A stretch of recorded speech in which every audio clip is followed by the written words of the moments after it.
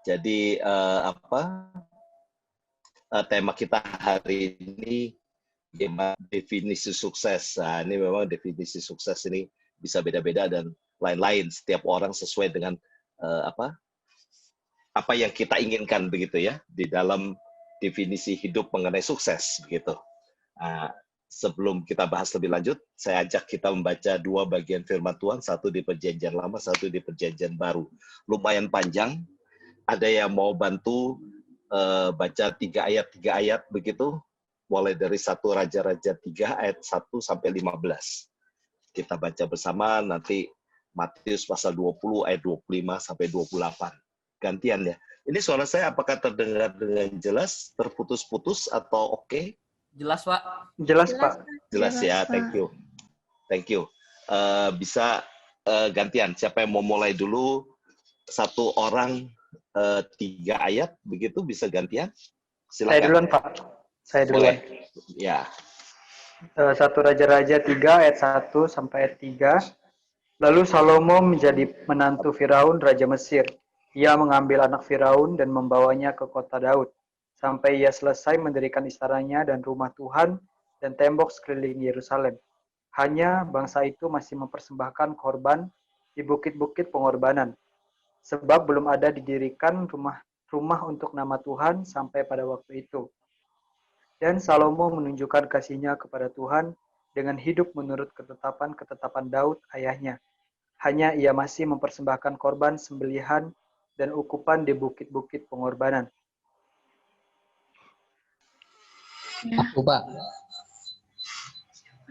Pada suatu hari Raja pergi ke Gibeon untuk mempersembahkan korban. Sebab disitulah bukit pengorbanan yang paling besar. 1000 korban bakaran dipersembahkan Salomo di atas mezbah itu. Di Gibeon itu Tuhan menampakkan diri kepada Salomo dalam mimpi pada waktu malam. Berfirmanlah Allah, mintalah apa yang hendak ku berikan kepadamu. Lalu Salomo berkata, Engkaulah yang telah menunjukkan kasih setiamu yang besar kepada hambamu Daud, ayahku. Sebab ia hidup di hadapanmu dengan setia, benar dan jujur terhadap engkau. Dan engkau telah menjamin kepadanya kasih setia yang besar itu dan dengan memberikan kepadanya seorang anak yang duduk di tahtanya seperti pada hari ini. Ayat 7, silakan. Ayat 7, maka sekarang ya Tuhan Allahku, Engkaulah yang mengangkat hamba-Mu ini menjadi raja menggantikan Daud ayahku. Sekalipun aku masih sangat muda dan belum berpengalaman. Demikianlah hamba-Mu ini berada di tengah-tengah umat-Mu yang Kau pilih. Suatu umat yang besar, yang tidak terhitung dan tidak terkira banyaknya. Maka berikanlah kepada hamba-Mu ini hati yang paham, menimbang perkara untuk menghakimi umat-Mu dengan dapat membedakan antara yang baik dan yang jahat. Sebab siapakah yang sanggup menghakimi umat-Mu yang sangat besar ini? 10. Lalu adalah baik di mata Tuhan bahwa Salomo meminta hal yang demikian. Jadi berfirmanlah Allah kepadanya, oleh karena engkau telah meminta hal yang demikian dan tidak meminta umur panjang atau kekayaan atau nyawa musuhmu, melainkan pengertian untuk memutuskan hukum, maka sesungguhnya aku melakukan sesuai dengan permintaanmu itu. Sesungguhnya aku memberikan kepadamu hati yang penuh hikmat dan pengertian, sehingga sebelum engkau tidak ada seorang pun seperti engkau, dan sudah engkau tak akan bangkit seorang pun seperti engkau. 13, silakan. Ayat 13, dan juga apa yang tidak kau minta, aku berikan kepadamu, baik kekayaan maupun kemuliaan, sehingga sepanjang umurmu tak akan ada seorang pun seperti engkau di antara raja-raja. Dan jika engkau hidup menurut jalan yang kutunjukkan, dan tetap mengikuti segala ketetapan dan perintahku, sama seperti ayahmu Daud, maka aku akan memperpanjang umurmu. Lalu terjagalah Salomo, ternyata ia bermimpi. Kembalinya ke Yerusalem, berdirilah ia di hadapan tabut perjanjian Tuhan. Dipersembahkannya korban-korban bakaran dan korban-korban keselamatan, Kemudian ia mengadakan perjamuan bagi semua pegawainya. Kita membaca dari Matius pasal yang ke-20, ayat 25 sampai 28. Bisa ada satu orang yang membacakan 4 ayat ini.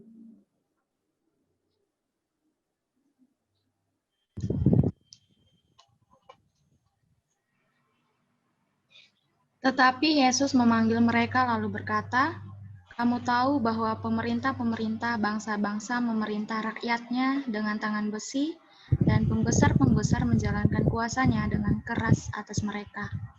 Tidaklah demikian di antara kamu. Barang siapa ingin menjadi besar di antara kamu, hendaklah ia menjadi pelayanmu." Oh, salah tadi. Sorry. Dari Iya, nggak apa-apa. Betul. Ya udah nggak apa-apa, Oh ya, terus. oke.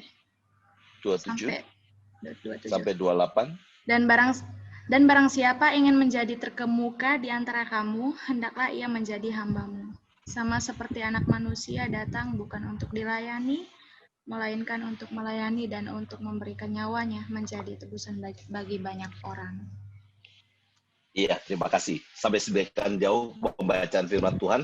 Hari ini apa? Coba silahkan tulis di, saya stop sharing dulu ya ininya. Ini gimana mau stop sharing? Bentar. Oke, coba tuliskan di chat. Menurut kalian di kolom chat ya, tuliskan apa sih sukses itu? Kalau menurut kalian kriteria sukses itu seperti apa sih? Kalau apa gitu?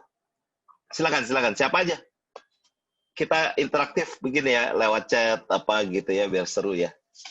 Kalau enggak satu arah aja. Ayo sekarang menurut kalian, kalau dibilang definisi sukses, kita nggak sampai definisi dulu, apa sih kriterianya orang sukses begitu? Kalau apa? Silakan di kolom chat. Saya belum lihat ada yang ngechat. Sukses mencapai target yang telah ditentukan dalam suatu hasil. Ayo, siapa yang lain? Fania punya waktu untuk menjalankan segala keinginan, membanggakan orang tua. Sukses menurut Mega tergantung pada kepuasan pribadi. Punya segalanya, Yunus. Bahagia, Vera. Oke, siapa lagi? Oh, kan banyak kan kriteria, masing-masing punya kriteria sendiri kan. Bisa melewati setiap proses dalam hidup dengan baik. Contoh bisa mengerjakan tanggung jawab tugas sekolah. Marliana Nasib. Ajan. Kelly, sukses adalah ketika cita-cita kita tercapai. Iya. Kalau definisi manusiawi bisa mendapat apa yang diinginkan. Waduh, keren nih. Ya, merasa cukup dan tidak menginginkan milik orang lain. Thank you, Kenan. Ayo, yang lain mana? Yang belum siapa?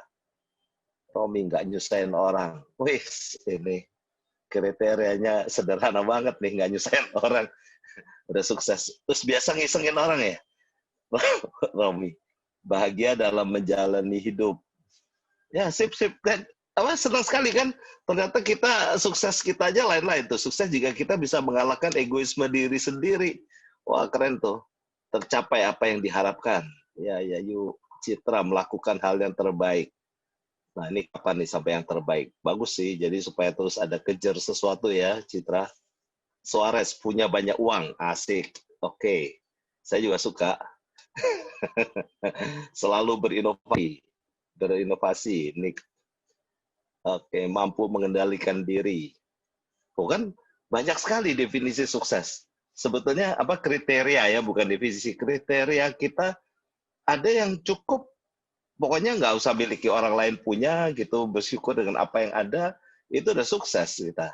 Ada yang pokoknya bahagia dia menjalani hidup ini. Nah, cuman bahagianya itu kalau apa gitu, Juna? Iya kan? Saya juga pengen bahagia terus, cuman kan kriteria kita bahagia juga lain-lain nanti. Misalnya ya, melakukan hal terbaik. Nah, punya banyak uang, selalu berinovasi, mampu mengendalikan diri. Nggak susah ketika mau melakukan sesuatu. Oke, maksudnya mau lakukan apa pas selalu ya, pas ada duit, pas ada ini gitu ya, pas semua pokoknya. Oke, thank you. Saya share lagi ya. Jadi kalau kita ngelihat ini ternyata memang kita punya kriteria sukses itu benar-benar menarik ya. Nah, apakah kriteria suksesnya Salomo? Nah, ini yang kita lihat Kita coba baca yang tadi ya. Sampaikan kalau kita baca di tadi dua Tawarikh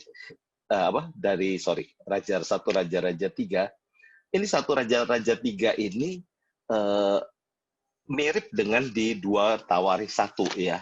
Jadi kalau di ini nih kasus ini atau kisah ini nih digambarkan sebagai Salomo yang sedang mimpi ya di bagian ini. Tapi kalau di Tawarikh tidak disebutkan mimpi. Jadi ini ada perdebatan sebetulnya mimpi atau nggak mimpi gitu. Kalau saya sendiri secara personal karena kita lihat bahwa Tuhan benar-benar memberikan hikmat itu kepada Salomo. Jadi di Raja-Raja pasal 3 itu digambarkan seperti mimpi gitu saya rasa. Jadi waktu bisa ketemu Tuhan malam itu seperti mimpi. Tapi saya percaya bahwa itu bukan real mimpi yang artinya kita tidur terlelap begitu, enggak. Pada waktu itu terjaga untuk bertemu dengan Tuhan, lalu ada diskusi semacam itu, begitu ya. Dan kalau kita lihat ya, apa kriteria suksesnya Salomo? Coba dibaca dari atas itu ya, di ayat dari 1 Raja-Raja 3. Kita lihat di ayat yang ke-3 ya. Saya bacakan. Di ayat kedua. Ini disebutkan dia mengambil anak Firaun dan membawanya ke kota Daud sampai ia selesai mendirikan istananya dan rumah Tuhan dan tembok sekeliling Yerusalem. Itu karya proyeknya dia luar biasa. Ya, di ayat 2. Jadi kita lihat bahwa tanggung jawabnya sukses begitu ya. Nah, ini kita masukin nih. Ada 3 tak ya yang berlaku ya sebetulnya. Ada harta, ada takhta, ada wanita nih sebetulnya. 3 tak yang ada disebutkan di dalam Salomo juga sebetulnya. Selain di Indonesia juga terkenal ini. Seperti tadi saya bilang, istrinya Presiden Soeharto dulu almarhum itu menyatakan hati-hati dengan 3 tak ini ya. Harta, takhta, wanita. Nah, ini selalu diingat-ingatin terutama kepada pegawai negeri begitu ya. Selalu pengennya harta jadi ujungnya korupsi, selalu pengen jabatan jadi sikut sana sikut sini, lalu wanita jadi kawin lagi, akhirnya dibuat peraturan tuh zaman beliau dulu, nggak boleh nikah, cuma boleh 1 aja pasangan. Padahal kalau di dalam Muslim sebetulnya boleh 4 gitu kan, tapi karena Ibu Tin Soeharto itu Katolik, jadi dia membuat peraturan yang berlaku untuk seluruh pegawai negeri di bawah Korpri disebutnya, Korps Pegawai Republik Indonesia, nggak boleh ada yang nikah lagi. Nikah cuma boleh sekali. Ya, tapi gundiknya banyak gitu kali. Tapi maksudnya seperti itu. Nah, kalau kita lihat tadi, apa kriteria suksesnya? Kalau harta, nggak ada yang bisa ngomong hartanya Salomo seberapa. Gede banget. Sampai disebutkan kan, dia punya macam-macam. Bahkan secara khusus kalau kita ini lihat di 2 Tawarikh itu ya, 2 Tawarikh 1 ayat 14 itu disebutkan harta kekayaannya Salomo. Itu juga sebagian sebetulnya, nggak disebutin semua. Tapi kita tahu nggak ada orang sehebat dia sampai hari ini. Kira-kira gitulah mau diomonginnya. Hartanya demikian banyak sampai semua negara bagian nih ceritanya. Kalau ini negara-negara yang dikuasai itu sampai ke perbatasan Mesir, di selatan sampai ke Babilonia, begitu ya kira-kira wilayahnya. Itu luar biasa. Semua kasih upeti. Dan semua waktu kasih upeti atau kasih persembahan kepada Salomo, itu ngasihnya dengan sukacita. Gak ada yang rasa terpaksa. Sehingga kita lihat selama Salomo jadi raja, negara aman. Damai sejahtera semua. Gak ada yang komplain, gak ada yang rasa dirugikan. Dan setiap hari kalau kita lihat menunya Salomo, itu sampai 100 kambing yang dipotong, berapa domba, berapa sapi. Luar biasa. Untuk mungkin 1 istana ya, makan seluruh pegawai dan lain-lain. Setiap hari itu ngabisin itu. Hebat. Itu soal-soal yang sehari-hari. Kebun anggurnya, tamannya, istananya, wah, luar biasa. Itu soal harta. Tahta kita udah nggak ragukan lagi. Dia menjadi raja yang paling hebat. Makanya sampai disebutkan dengan hikmat yang dia punya, yang tadi kita baca di mana itu? Di ayat 14 itu ya, sampai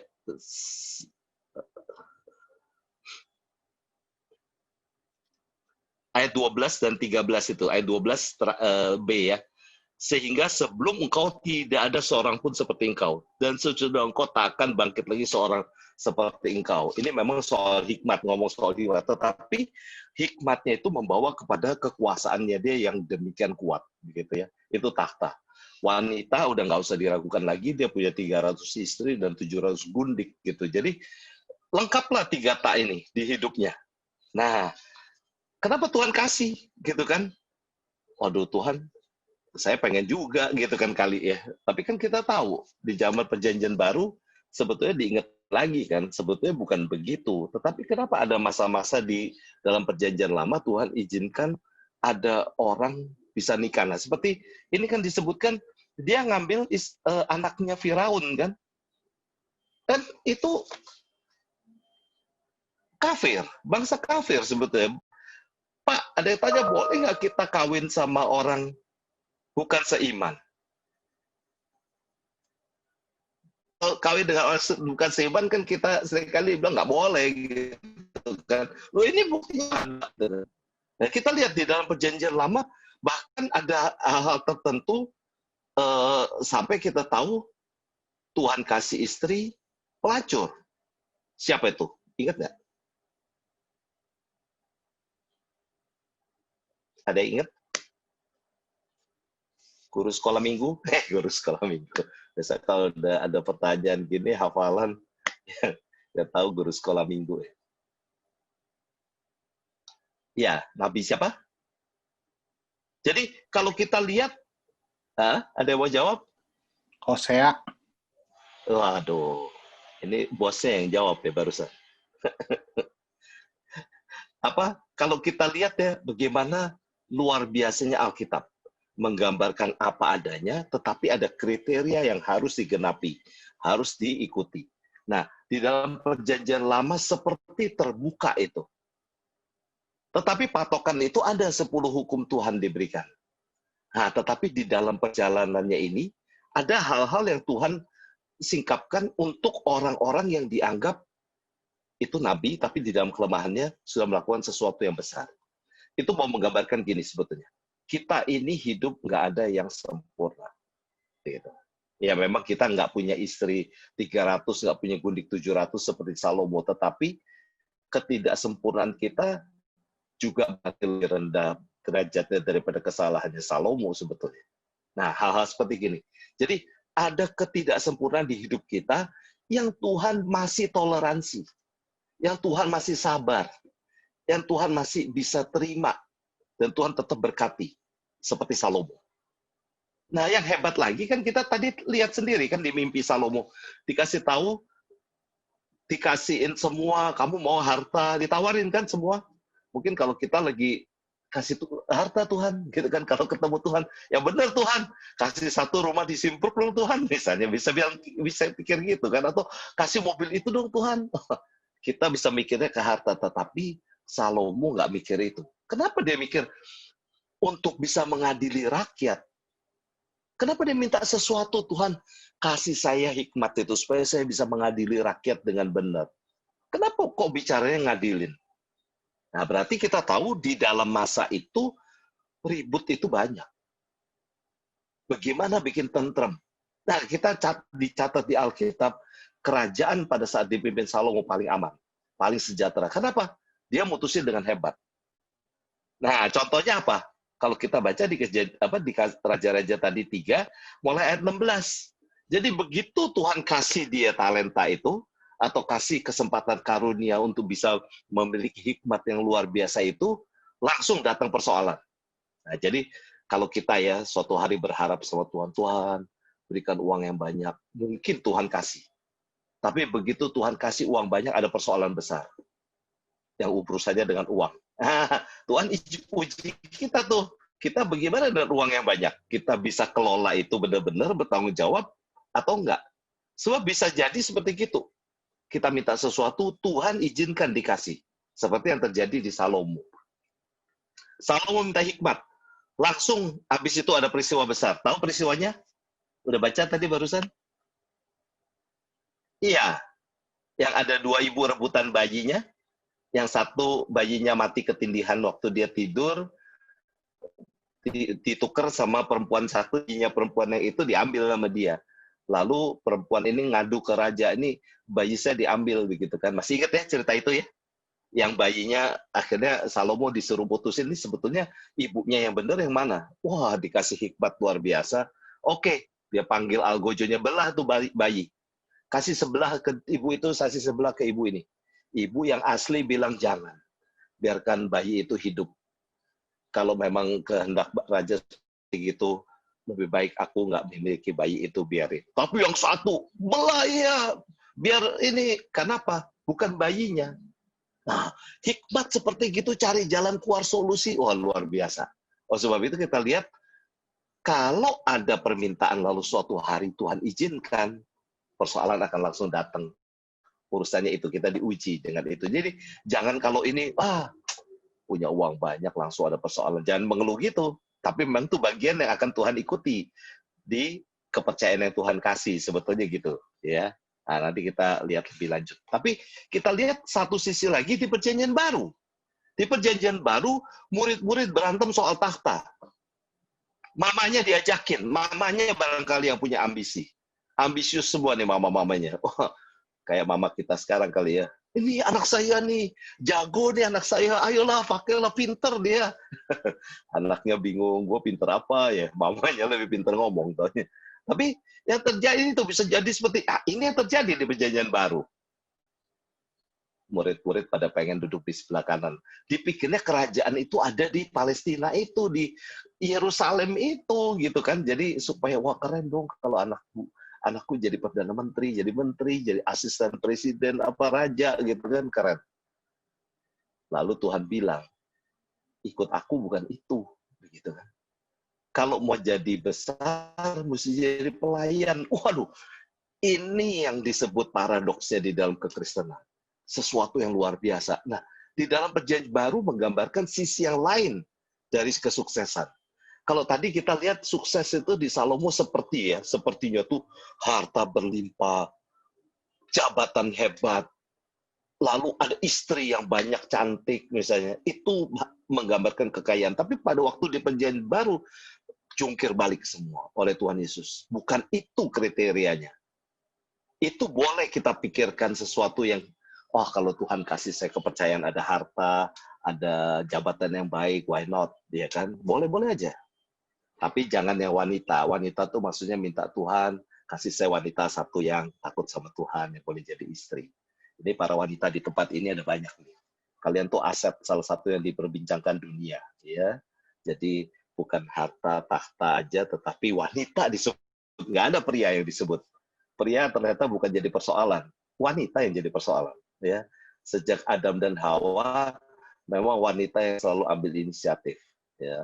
Sampai hari ini wanita sering ambil inisiatif dan laki-laki duduk manis, begitu.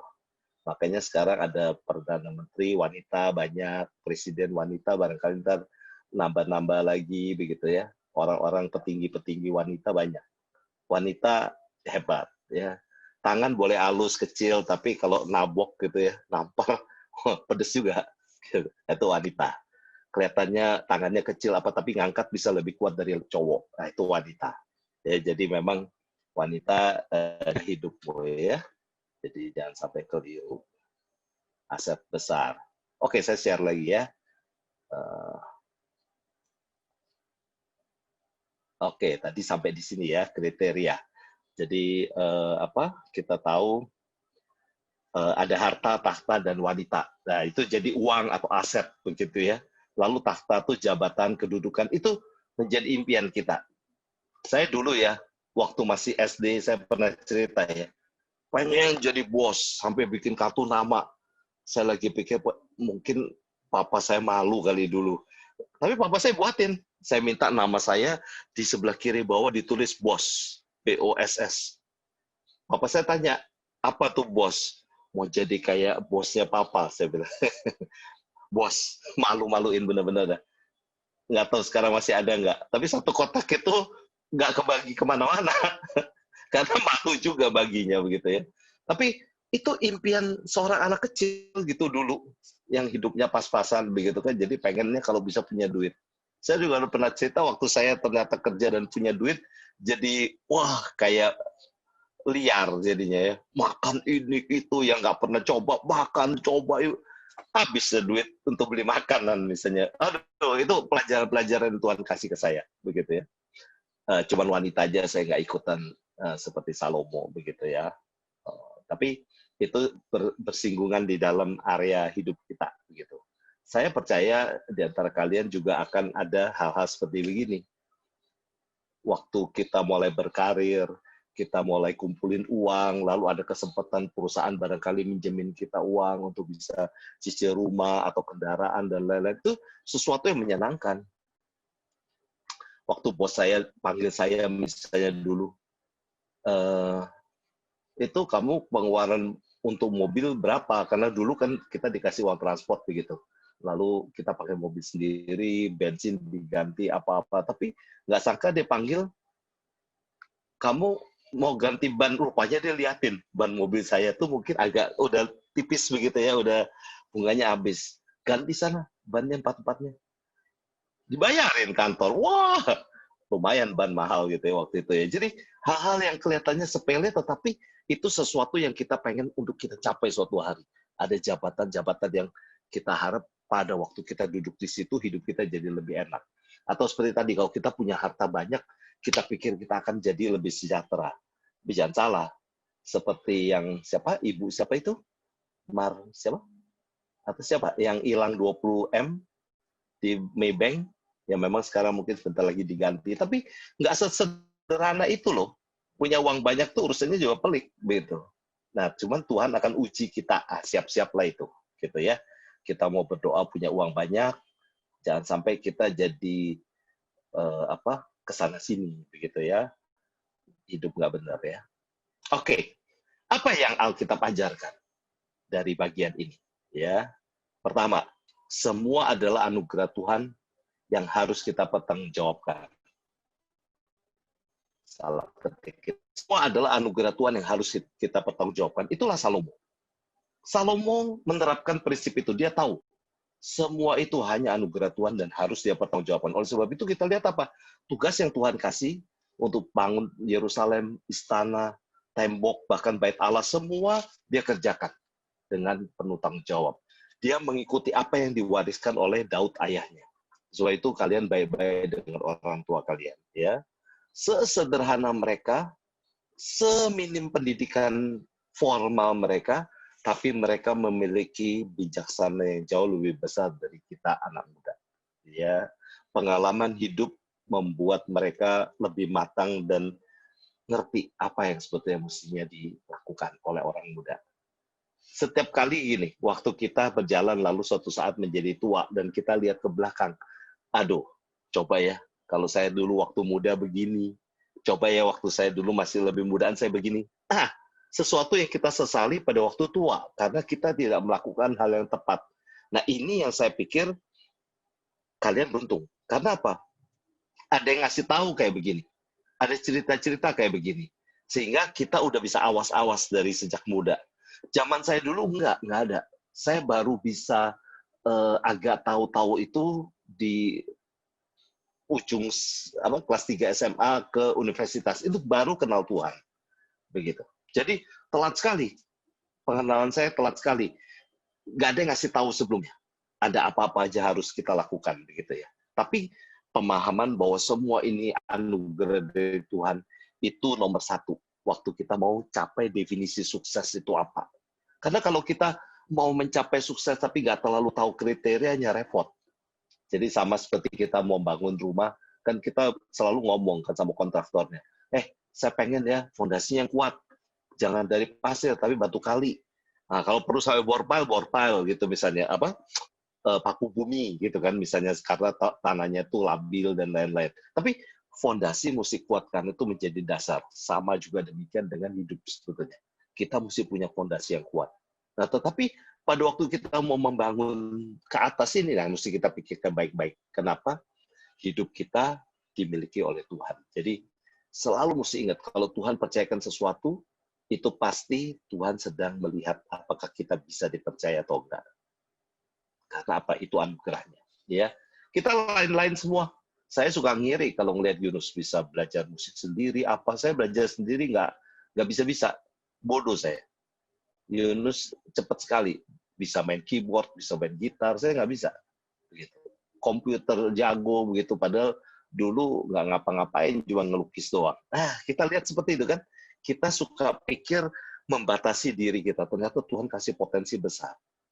Nah, itu kalau nggak kegali, nggak ini contoh Yunus ya, contoh kamu aja ya. Tapi maksudnya itu, saya sendiri dulu nggak seperti ini, begitu. Jadi saya bersyukur ada perubahan yang saya bisa dapatkan, gitu. Nah, lihat, masing-masing coba pikirin. Dari tadi waktu kriteria, tulis-tulis itu, ada kriteria mau dirubah nggak? Udah tulis tuh tadi mau ini. Kalau udah pas, ya nggak apa-apa. Tapi kalau mau robah, boleh masih robah. Ada kesempatan kok. Di hidup ini itu justru perubahan yang seperti Tuhan mau, itu yang pasti terjadi. Nah, kita lihat apa? Ada satu yang kita lihat dari Salomo. Waktu dia tahu semua anugerah dari Tuhan, dia tetap mempersembahkan korban. Di bukit-bukit, jadi bukit-bukit pengorban itu bukit-bukit bukan dari orang percaya, begitu yang dipakai aja tempatnya. Tapi esensi persembahannya itu yang menjadi penting. Esensi jadi ada 1.000 binatang yang dikorbankan dan lain-lain di Gibeon, itu yang dihitung oleh Tuhan. Oleh sebab itu Tuhan lihat hati yang tulus, hati yang sungguh-sungguh, hati yang mau bergantung sama Tuhan, membuat malam itu Tuhan hadir di hidupnya Salomo. Dia datang ke hidupnya Salomo. Oke, saya tahu kamu baik. Terima kasih, kamu udah bikin persembahan dan lain-lain korban bakaran. Sekarang kamu mau minta apa? Itu yang Tuhan tawarin. Hebat kan? Sebetulnya barangkali juga Tuhan sudah hampir di hidup kita, menghampiri hidup kita, datang ke hidup kita, nanya ke kita. Tapi kita salah jawabnya kali. Jadi udah, ya Tuhan dadah, pergi lagi. Kalau kita jawabnya benar, seperti Salomo, bahkan sampai yang dia nggak minta, Tuhan kasih. Apa nggak hebat? Nah, itulah anugerah Tuhan. Sampai yang kita nggak tahu, Tuhan lebih tahu. Yang kita butuh, kita nggak minta. Tapi Tuhan tahu. Tuhan kasih yang kita butuh.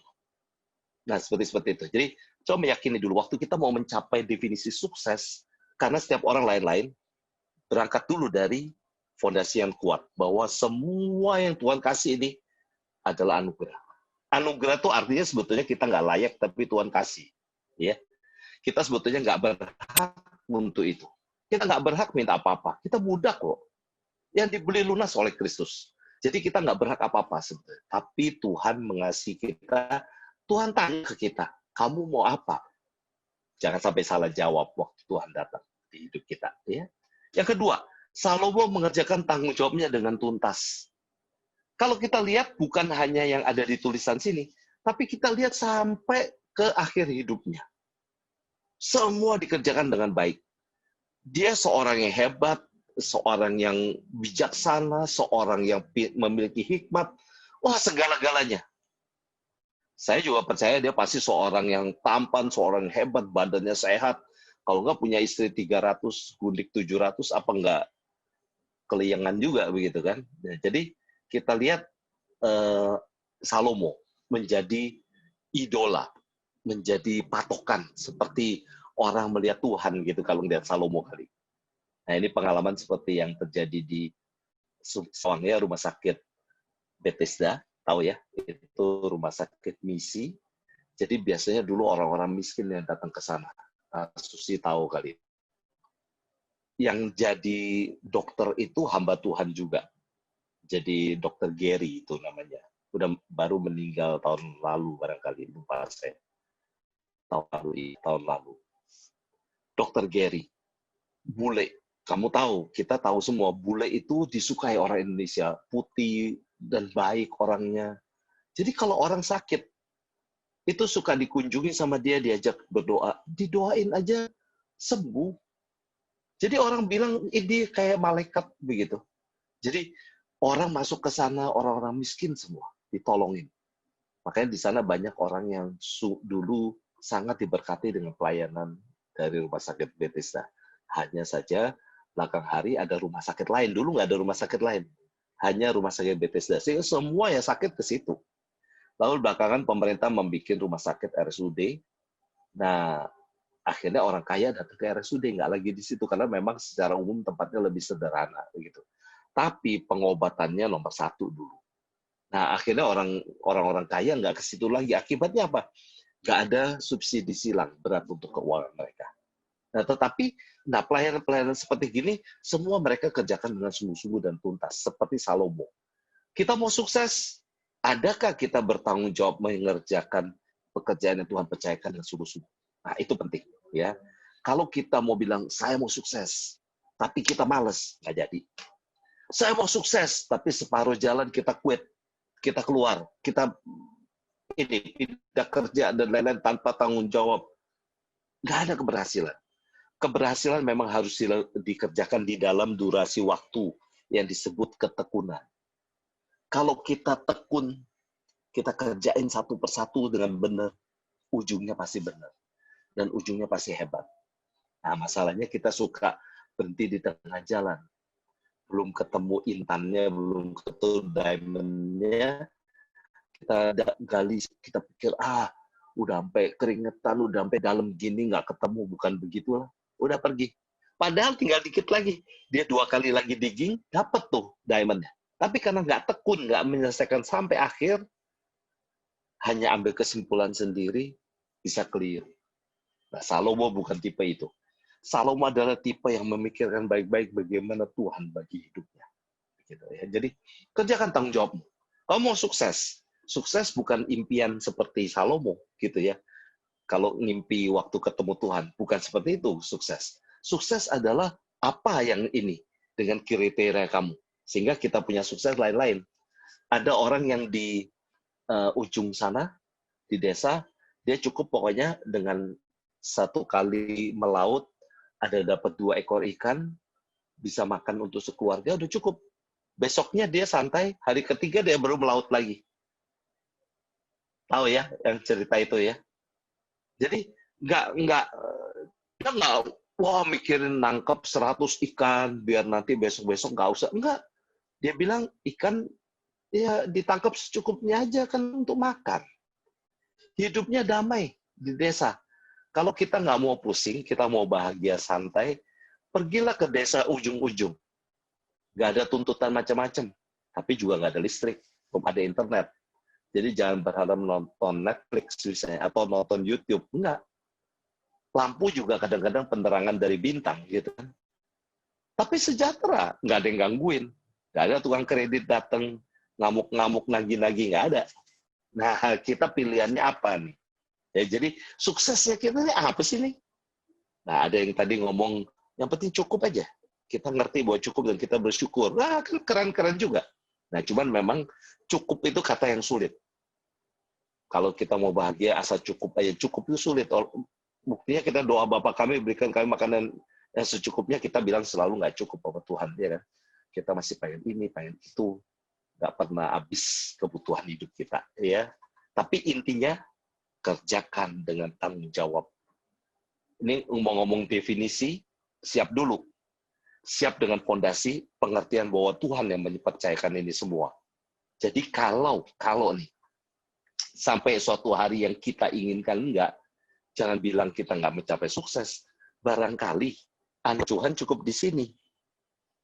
Nah, kita mesti puas diri dengan ini, gitu loh. Seperti Rasul Paulus kan, doa-doa duri dalam daging. Tuhan bilang, enggak, aku nggak sembuhkan kamu. Padahal kurang apa? Rasul Paulus, sembuhin orang. Tapi Tuhan bilang enggak. Cukup kasih karunia-Ku bagimu. Nah, waktu kita mengerti anugerah Tuhan itu ada cukup, kita nggak membandingkan diri kita dengan orang lain. Pada waktu kita mengerti bahwa untuk mengejar sukses kita perlu bertanggung jawab mengerjakan tanggung jawab kita, ya kerjakan. Kan kita nggak tahu stopnya di mana nih, Pak. Kalau namanya tanggung jawab kerjaan, apa aja dong sampai mana? Ya kerja terus aja. Kalau tadi digambarkan dengan orang menggali itu ya, tanah untuk nemuin diamond, mutiara, berlian. Lalu karena, udah 80 cm, pasti nggak ada lagi lah. Lalu dia pergi, padahal 20 cm lagi ketemu tuh diamondnya. Nah, seperti itu. Jadi yang penting kita kerja aja terus. Jangan pikirin, kapan nih saya mesti stop. Ada orang bilang, ada waktunya pensiun. Nggak perlu pensiun. Pensiun itu catatan perusahaan, betul. Tapi untuk hidup, kenapa mesti pensiun? Selama kita hidup, berarti Tuhan masih mau pakai kita. Nah, jadi kerjaan kita udah selesai? Belum. Kita sudah sukses? Belum. Sukses itu bertahap seperti itu. Kalau mau ngomong sukses final sampai akhir itu di mana? Ketemu Tuhan itu sukses final terakhir. Sebetulnya. Makanya itu yang dikejar oleh Salomo. Ya, apa yang ketiga? Kedekatan dan ketaatan Salomo dengan Tuhan itu menjadi kunci ternyata.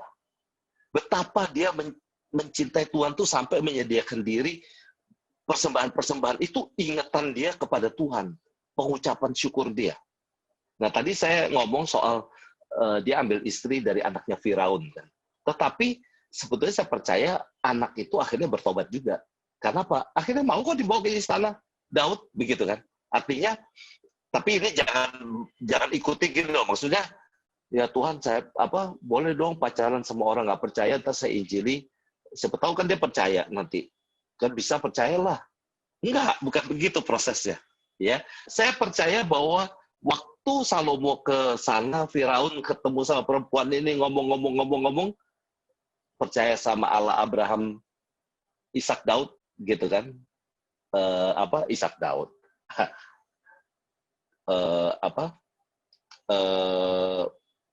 Percaya begitu, baru dikawinin, begitu kira-kira gitu. Dan menunjukkan itunya dengan apa? Mau keluar dari istana bapaknya menuju ke istananya Salomo. Jadi kita lihat kehebatan diplomasi Salomo, ketaatan kepada Tuhan, gitu ya. Jadi nggak ada sesuatu yang bertentangan di dalam hidupnya Salomo. Nah, kedekatan dia dengan Tuhan itulah yang membuat dia bisa melihat hal-hal yang besar itu, begitu ya. Ada cerita tentang satu anak sama bapaknya. Lalu anak ini tanya sama bapaknya, soalnya dia dengar ada lagu How great is our God, He will be how great. Tuhannya gede kayak apa sih, gitu loh. Anak ini tanya sama Dad, how great is our God? Dia bilang, berapa besar, how big gitu kali ya. Terus papanya mikir, gimana ya ngegambarin sesuatu yang nggak bisa dilihat ini kan. Jadi dia bilang, kamu lihat nggak itu kapal terbang di atas? Kan pas di awan itu lagi ada pesawat terbang. Iya, gede nggak? Kecil, dia bilang. Kecil sekali pesawat itu. Iya, kecil ya. Kecil, betul. Ada di sana. Oke, terus papanya ajak dia, ini anak-anak kecil memang, balita. Diajakin ke airport. Diajakin ke airport lihat pesawat. Deh, yang kamu lihat tadi itu ini. Wah, huge banget, gede banget pesawat itu, katanya gitu. Sampai segede gitu. Terus papanya juga ngajakin anak itu suatu hari masuk untuk jalan-jalan pakai pesawat terbang. Wah, dalamnya gede sekali gitu kan. Lalu dia duduk, terus dikasih tahu. Itulah Tuhan. Kalau kamu jauh dari Tuhan, kamu lihatnya Tuhan itu kecil. Tapi kalau kamu ada dekat dengan Tuhan, kamu lihat Tuhan itu begitu besar. Nah, masalahnya kita pengen lihat Tuhan yang besar itu hanya di pikiran, tetapi bukan di hati kita. Kita bukan mau lihat Tuhan yang besar itu di persekutuan kita dengan Tuhan. Tapi selalu kita memandang Tuhan dari jauh doang. Tapi kalau Tuhan, kita lagi perlu apa, kita panggil-panggil Tuhan. Dia dekat ke kita. Dan kita bisa minta. Nah, ini yang kita mesti rubah. Ya. Jadi, mari kita hidup ini, kita pikirin bahwa waktu kita mau menempatkan definisi soal sukses, itu perlu memahami bahwa segala sesuatu ada dalam anugerah Tuhan. Kedua, ada tanggung jawab yang harus kita kerjakan. Kerja kita, apapun lah, belajar, kerja, berkarya, maksimal semua. Sampai kapan? Nggak tahu. Sampai ujung hidup kita. Karena apa? Kita nggak tahu kok, yang Tuhan mau apa. Karena namanya sukses itu memenuhi apa yang Tuhan mau. Itu sukses sebetulnya. Sebab itu, waktu di dalam perjanjian baru disebutin, kamu mau jadi besar, kamu mesti jadi pelayan. Kamu jadi hebat, kamu mesti jadi hamba. Wah, itu aneh kan? Kalau tahta, jabatan itu konotasinya memerintah. Jadi punya hak untuk perintah-perintah. Tapi kalau pelayan, itu mesti tunggu perintah. Nah, saya mau sukses di sana biar bisa perintah-perintah. Tuhan bilang, enggak. Kalau kamu mau suksesnya aku, kamu mesti siap diperintah. Ini sesuatu yang nggak gampang. Tetapi itulah hidup di dalam Tuhan. Waktu kita mau sungguh-sungguh hidup di dalam Tuhan, percayalah. Nggak usah khawatir. Itu Alkitab sudah janji kok. Kalau Tuhan udah janji akan datang jadi juru selamat dan dia tepati itu. Dia janji akan diremukkan tumitnya. Dan dia laksanakan itu. Tapi dia remukkan kepala ular, dia juga laksanakan. Dia bangkit. Dia bilang 3 hari bangkit. Dia buktikan. Dan dia naik surga, janji akan datang lagi. Dia akan buktikan. Jadi jangan main-main. Janji Tuhan nggak pernah meleset. Nah kalau Tuhan bilang, jangan khawatir. Akan apa yang kau makan, minum, pakai. Tuhan nggak bilang, kejarlah jabatan direktur utama. Nggak ada. Kejarlah jadi kepala rumah sakit. Nggak ada. Kejarlah jadi orang paling hebat di dunia ini. Nggak ada. Tuhan nggak minta itu. Tuhan suruh kita pergi kabarin Injil. Jadi hambanya Tuhan. Tapi untuk itu Tuhan akan perlengkapi kita dan memberikan apapun yang kita perlukan sebetulnya. Contohnya apa? Nah, Tuhan kasih contoh Salomo. Tapi juga Tuhan kasih tahu. Tapi sekarang, sejak aku datang, aku kasih tahu kamu. Mau jadi hebat? Nah, mau jadi kayak Salomo. Jadi hambaku. Sebetulnya Salomo menjadi hambanya Tuhan. Dia menjadi pelayannya Tuhan. Dia melayani masyarakat dengan bagus. Nah itu, jadi bukan soal jabatannya, tetapi pada waktu fungsinya. Nah ini yang perlu kita, waktu mau bikin definisi soal sukses, kita mesti pikirin bukan soal place-nya ini loh. Bukan soal tempat-tempatnya ini. Bukan. Tetapi fungsinya. Adakah kita menjadi fungsi pelayan Tuhan? Nah ini penting. Jadi seperti dulu kita tahu Ahok bilang kan, saya jadi gubernur, tugas saya mengadministrasi keadilan sosial bagi penduduk Jakarta. Nah itu, mengadministrasi itu berarti mengatur secara rapi bagaimana keadilan itu diterapkan. Prinsip Alkitab, menjadi hamba. Makanya dia bilang, saya pelayan masyarakat. Betul itu, dan dia kerjakan itu. Nah kita seharusnya waktu mau membuat definisi soal sukses, dan definisi soal sukses satu orang dengan yang lain bisa beda-beda, nggak apa-apa. Tapi prinsip-prinsip ini jangan lupa. Pertama, bahwa kita tergantung sama Tuhan. Semua itu anugerah Tuhan. Kedua, ada tanggung jawab kita untuk kita kerjakan baik-baik. Dan yang ketiga, how close kita dengan Tuhan. Kalau kita nggak dekat dengan Tuhan, kita nggak akan bisa pernah ngalamin besarnya Tuhan itu di hidup kita. Hebatnya Tuhan itu. Kan Tuhan bilang, beriman, begitu kan? Beriman itu pengharapan sesuatu yang masih jauh kelihatannya. Tetapi Tuhan kasih tahu, waktu kita beriman itu, kita sedang meletakkan satu hal yang penting, yaitu kita bersedia dekat selalu dengan Tuhan. Bukan jarak jauh, tetapi betul-betul close. Nah ini yang kita nggak boleh lupa. Oleh sebab itu kenapa kita jangan lupa dengan waktu teduh kita, jangan lupa baca Alkitab. Kenapa kita jangan lupa berdoa? Saya nggak tahu ya, kalian yang di WB dan di Pastori harus datang setiap hari Senin, Jumat doa, lalu Rabu. Bosen nggak? Barangkali kan Diko ini pada ngomong, Tuhan capek juga sih kayak gini. Itu mesti berdoa terus, bersekutu terus, dengerin firman Tuhan, terus aja. Seperti itu kan. Padahal saya nggak mau jadi pendeta loh Tuhan. Bisa jadi ada pikiran itu di kalian. Tetapi saya kasih tahu, bersyukurlah kerja di tempat yang ada seperti ini yang ngingetin kita terus. Nanti ya kalau kalian suatu hari ya kepikir minggat gitu ya dari Mika, minggat dari gereja, mau kerja di tempat lain baru tahu. Gila benar. Kiri kanan setan semua. Nah, cuman ya jangan sampai di WB kiri kanan kita setan kan. Nah, baik-baiklah kita jadi malaikat semua ya. Jadi kita jadi berkat doa orang lain. Jangan main-main mau menang sendiri, jangan. Setiap orang ada tanggung jawabnya, mari kita kejar sebaik-baiknya. Lalu, berapa dekat kita sama Tuhan. Belajarlah dari Salomo. Salomo sekalipun punya apapun, dia nggak melupakan Tuhan. Sekalipun sukses disanjung-sanjung orang, dia nggak jadi gila. Nggak jadi hilang ingatan lalu semaunya. Nggak. Tapi kita tahu di zaman raja-raja banyak sekali raja yang jahat sama Tuhan. Yoyakim lah, terus berikut-berikutnya keturunannya semua melakukan hal yang jahat. Dan selalu orang yang melakukan hal yang jahat nggak panjang usia ininya. Ganti. Meskipun ada yang panjang. Tetapi maksudnya Tuhan mau kasih tahu, tidak sesuai dengan apa yang Tuhan mau, anytime Tuhan bisa cabut. Oh, sebab itu hati-hati kita bekerja. Ya, jangan sampai kita salah langkah. Tapi marilah kita memikirkan apa yang Tuhan mau. Gitu ya. Sebentar saya share lagi. Oke. Dekat dan ketaatan Salomo dengan Tuhan menjadi kunci ya.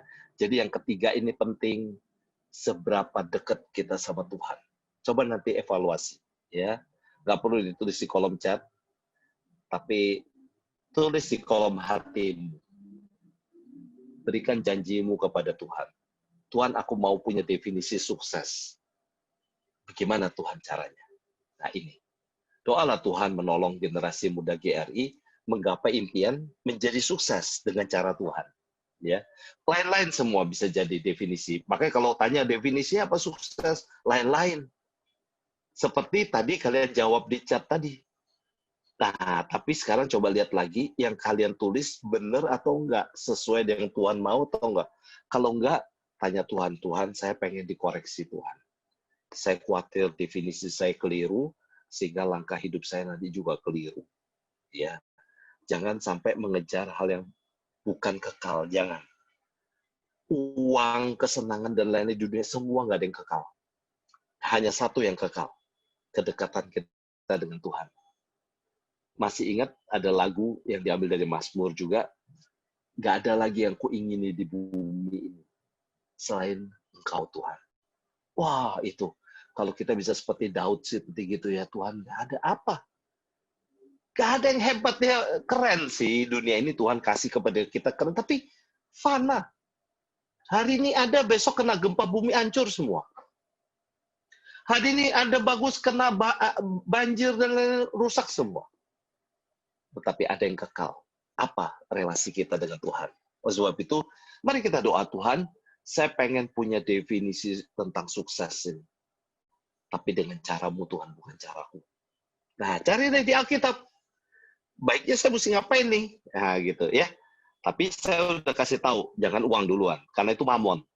Dan mamon itu pernah Tuhan bilang, jangan di hidupmu ada dua pemimpin. Kalau kamu mau, kamu mesti pilih. Kamu mau nyembah mamon atau nyembah aku. Gitu kan. Jadi kalau seperti itu, kita jangan mikirkan soal uang dulu. Uang boleh kita sisihin dulu. Berkaryalah. Nggak kurang Tuhan kekayaannya untuk berkati kita. Tapi juga kalau kita tidak bertanggung jawab di dalam hidup ini, barangkali Tuhan nggak titipin uang lebih banyak lagi ke kita. Tuhan selalu kasih sedikit, bertanggung jawab ditambah lagi sedikit, lebih bertanggung jawab dikasih tambahan lagi. Salomo juga seperti itu sebetulnya. Makanya meskipun saudaranya ada banyak, tapi Tuhan pilih dia yang jadi ini. Karena apa? Ketekunannya dari muda. Nah, tapi itu kelihatan kan seterusnya juga memang dia setia. Mengerjakan semua tanggung jawab yang Tuhan berikan dengan sukses. Ya, Tuhan menolong kita dan ya bisa di hidup semakin firm, semakin kuat di dalam menjalani masa depan kalian. Ya, percayalah Tuhan tempatkan sekarang ini dimanapun nggak akan keliru. Yang keliru tuh kita suka salah pikir. Nah, berdoalah sama Tuhan, jangan biarkan saya salah pikir. Gitu ya. Karena apa? Pilihan Tuhan udah yang paling benar. Udah pasti. Nah, tapi balik-balik. How close saya dengan Tuhan. Ya, membuat kita bisa melihat Tuhan yang baik. Mari kita berdoa.